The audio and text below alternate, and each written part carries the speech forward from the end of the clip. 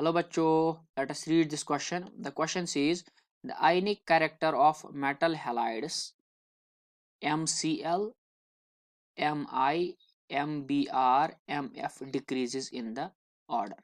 तो हमारा जो क्वेश्चन है वो ये है कि जो आयनिक कैरेक्टर है इन मेटल हैलाइड्स का, उसका आयोनिक कैरेक्टर हमें बताना है।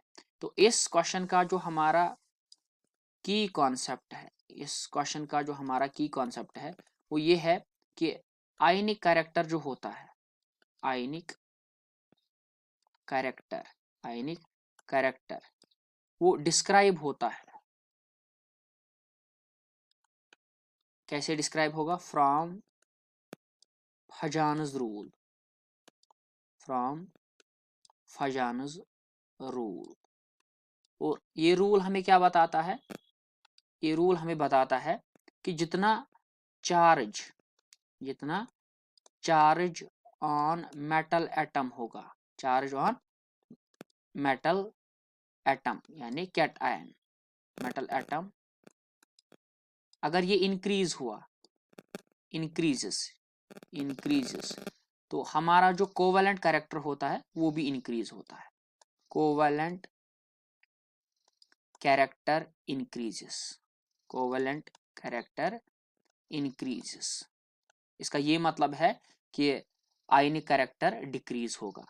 इसके बाद दूसरा इसका पॉइंट है कि जितना size, size of an ion, जितना size of an ion decrease होगा, जितना size of an ion decrease होगा उतना उतना उसमें क्या आएगा? Tendency to get polarised, tendency to get polarised उसका भी डिक्रीज होगा, वो डिक्रीज होगा।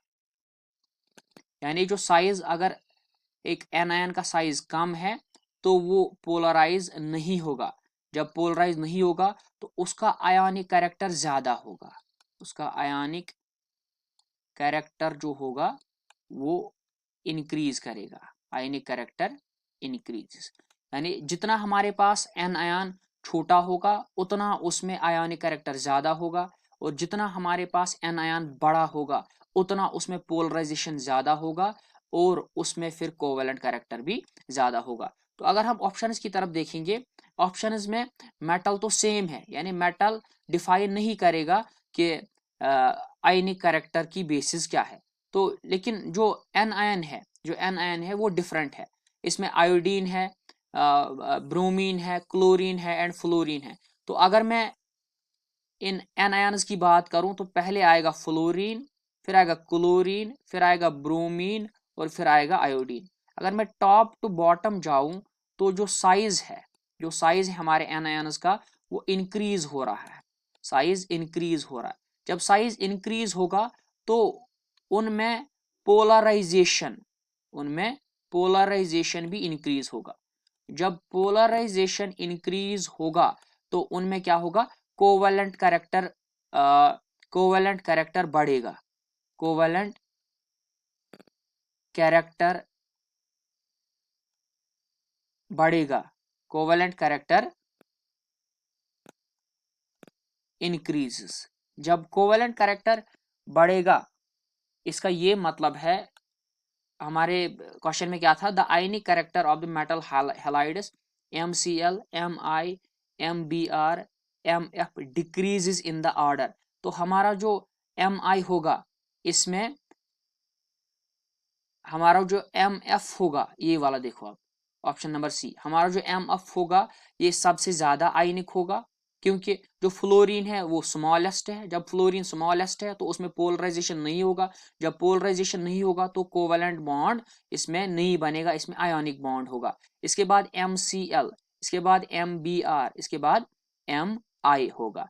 तो हम अगर ऑर्डर लिखेंगे Mf का, इसके बाद MCl का, इसके बाद Mbr का और इसके बाद Mi का, अगर मैं इस बॉन्ड की बात करूं तो इस बॉन्ड में मेटल है और आयोडीन है, लेकिन आयोडीन इसमें बड़ा है तो पोलराइजेशन ज्यादा होगा, कोवेलेंट कैरेक्टर इसमें बढ़ेगा। और ये जो है ये वाला पहला ऑप्शन, इसमें क्या होगा, जो फ्लोरीन है, फ्लोरीन स्मॉल साइज का है, जब फ्लोरीन स्मॉल साइज का है तो उसमें पोलराइजेशन नहीं होगा, जब पोलराइजेशन नहीं होगा तो ये सबसे ज्यादा आयोनिक होगा और ये कोवेलेंट होगा। तो हमारा जो आयनिक कैरेक्टर का ऑर्डर होगा वो ये होगा MF, इसके बाद MCl, इसके बाद MBr, इसके बाद MI।